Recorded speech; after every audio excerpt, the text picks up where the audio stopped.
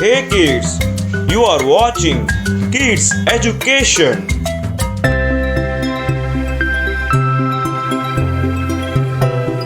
एक छोटे से गांव में एक लड़का रहता था जिसका नाम था रोहन।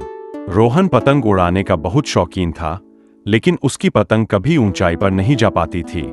बाकी बच्चे हमेशा उसकी पतंग का मजाक उड़ाते थे। रोहन उदास होकर नदी किनारे बैठा है। तभी एक बूढ़े दादा उसके पास आते हैं। बेटा क्यों उदास हो? मेरी पतंग कभी ऊंची नहीं उड़ती। मैं बहुत कोशिश करता हूँ लेकिन हार जाता हूँ।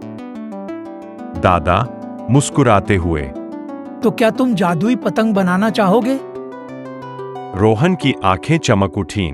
उसने तुरंत पूछा कि जादुई पतंग कैसे बनती है। दादा रोहन को एक पुरानी दुकान में ले जाते हैं। वहां चमकीला कागज, लाल धागा और एक सुनहरी घंटी रखते हैं। ये लो, इस कागज से पतंग बनाओ। इसे अच्छे दिल और मेहनत से उड़ाना, लेकिन याद रखना, पतंग उड़ाते समय हमेशा दूसरों की मदद भी करनी होगी। यही जादू का राज्य है। रोहन ने जादुई पतंग बनाई और दादा का धन्यवाद किया। रोहन पतंग उड़ाने मैदान में आता है। बाकी बच्चे उसकी पतंग देखकर हंसते हैं। अरे, ये कैसी चमकीली पतंग है? क्या ये उड़ेगी? रोहन पतंग उड़ाने की कोशिश करता है। पतंग आसमान में झूमने लगती है।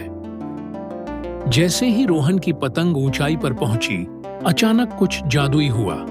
पतंग से सुनहरी किरणें निकलने लगीं। पतंग अचानक गांव के खेतों की तरफ इशारा करती है। रोहन समझ जाता है। अरे, वहां कोई गाय की जड़ में फंसी है। रोहन और बच्चे दौड़कर गाय को बचाने जाते हैं। पतंग उन्हें अलग अलग जगहों पर ऐसी ही मदद करने के लिए इशारा करती रहती है। रोहन की पतंग अब सिर्फ एक खिलौना नहीं, बल्कि दूसरों की मदद का जरिया बन गई थी। गांव के लोग रोहन की तारीफ करते हैं। गांव वाले, रोहन, तुमने साबित कर दिया कि सच्ची ऊंचाई दूसरों की मदद से ही मिलती है। रोहन ने समझ लिया कि पतंग का असली जादू उसकी भलाई और मेहनत में छुपा था।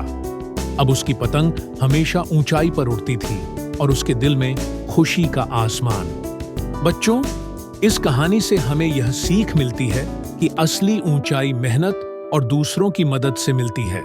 तो चलो, हर दिन किसी की मदद करके उसे खास बनाते हैं। अगर आपको यह कहानी पसंद आई तो इसे लाइक करें, कमेंट करें और हमारे चैनल को सब्सक्राइब करना न भूलें। अगली बार मिलते हैं एक और मजेदार कहानी के साथ।